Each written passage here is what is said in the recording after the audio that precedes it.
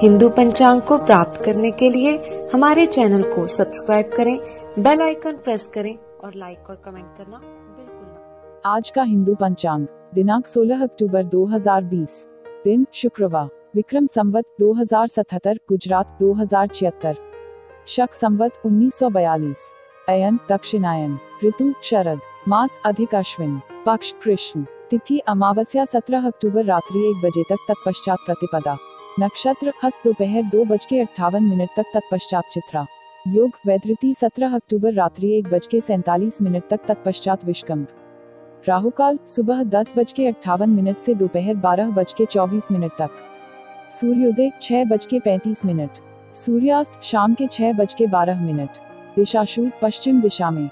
व्रत पर्व विवरण, दर्श अमावस्या अधिक मास समाप्त। विशेष अमावस्या के दिन स्त्री सहवास तथा तिल का तेल खाना और लगाना निषिद्ध है।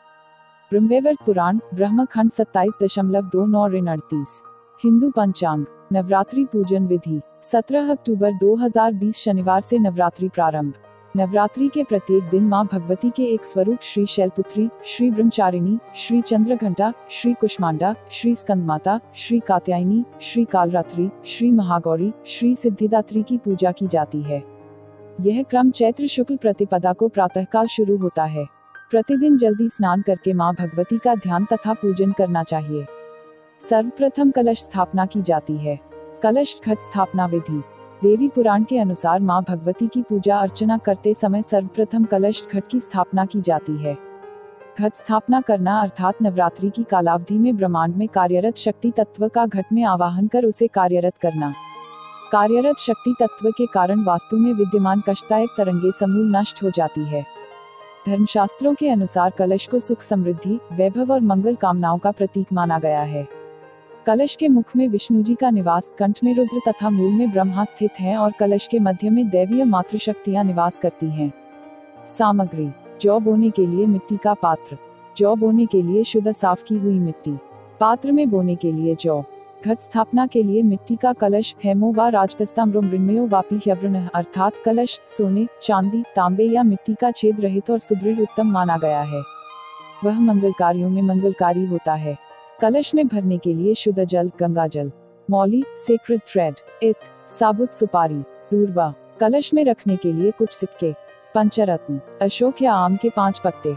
कलश ढकने के लिए ढक्कन, ढक्कन में रखने के लिए बिना टूटे चावल, पानी वाला नारियल, नारियल पर लपेटने के लिए लाल कपाह फूल माला।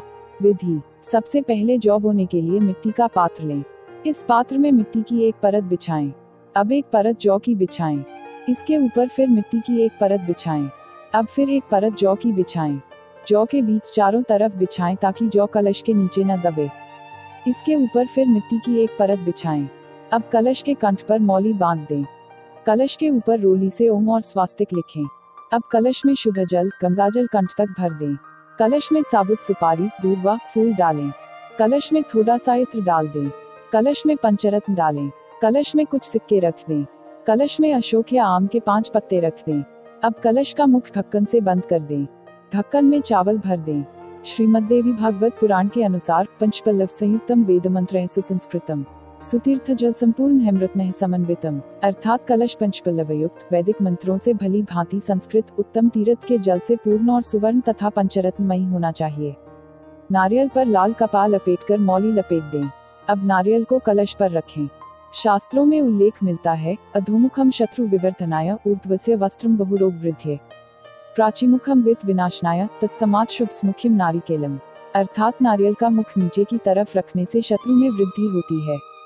नारियल का मुख ऊपर की तरफ रखने से रोग बढ़ते हैं, जबकि पूर्व की तरफ नारियल का मुख रखने से धन का विनाश होता है। इसलिए नारियल की स्थापना सदैव इस प्रकार करनी चाहिए कि उसका मुख साधक की तरफ रहे।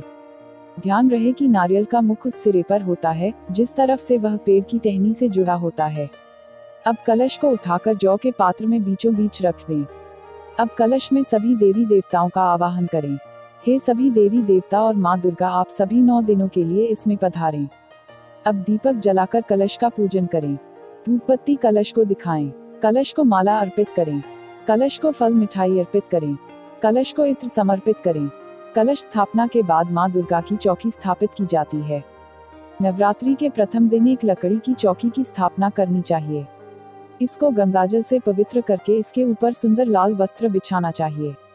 इसको कलश के दाईं ओर रखना चाहिए। उसके बाद मां भगवती की धातु की मूर्ति अथवा नवदुर्गा का फ्रेम किया हुआ फोटो स्थापित करना चाहिए।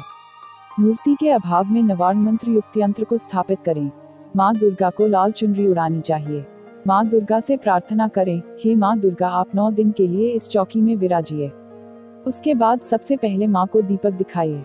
उसके बाद धूप, फूल माला, इत्र समर्पित करें। फल, मिठाई अर्पित करें। नवरात्रि में 9 दिन मां भगवती का व्रत रखने का तथा प्रतिदिन दुर्गा सप्तशती का पाठ करने का विशेष महत्व है।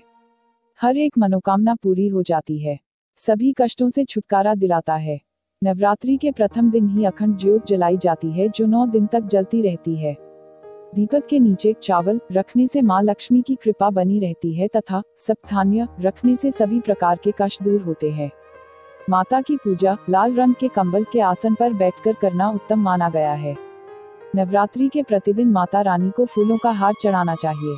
प्रतिदिन घी का दीपक माता के पूजन हेतु सोने, चांदी, कांसे के दीपक का उपयोग उत्तम होता है। जलाकर मां भगवती को मिष्ठान का भोग लगाना चाहिए। मां भगवती को इत्र अत्तर विशेष प्रिय है। नवरात्रि के प्रतिदिन कंडे की धुनी जलाकर उसमें घी, हवन सामग्री, बताशा, लौंग का जोड़ा, पान, सुपारी, कर्पूर, गूगल, इलायची, किशमिश, कमलगट्टा जरूर अर्पित करना चाहिए।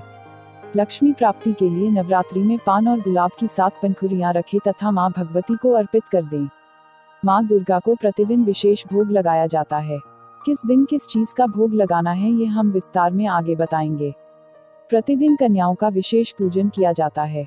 श्रीमद्देवी भागवत पुराण के अनुसार एकैका पूजयेत कन्यामेकवृद्ध्या तथैव च द्विगुण त्रिगुण वापि प्रत्येकम नवकंतु वा, अर्थात नित्य ही एक कुमारी का पूजन करें अथवा प्रतिदिन एक कुमारी की संख्या के वृद्धिक्रम से पूजन करें अथवा प्रतिदिन दुगुने तिगुने के वृद्धिक्रम से, और या तो प्रत्येक दिन 9 कुमारी कन्याओं का पूजन करें। किस दिन क्या सामग्री गिफ्ट देनी चाहिए ये भी आगे बताएंगे। यदि कोई व्यक्ति नवरात्रि पर्यंत प्रतिदिन पूजा करने में असमर्थ है तो उसे अष्टमी तिथि को विशेष रूप से अवश्य पूजा करनी चाहिए। प्राचीन काल में दक्ष के यज्ञ का विध्वंस करने वाली महाभयानक भगवती भद्रकाली करोड़ों योगिनियों सहित अष्टमी तिथि को ही प्रकट हुई थी। हिंदू पंचांग संपादक अंजनी नीलेश ठक्कर। हिंदू पंचांग प्रकाशित स्थल सूरत शहर गुजरात। हिंदू पंचांग। हमारे चैनल को सब्सक्राइब करें, उसके लिए सब्सक्राइब बटन दबाएं। नए वीडियोस का नोटिफिकेशन पाने के लिए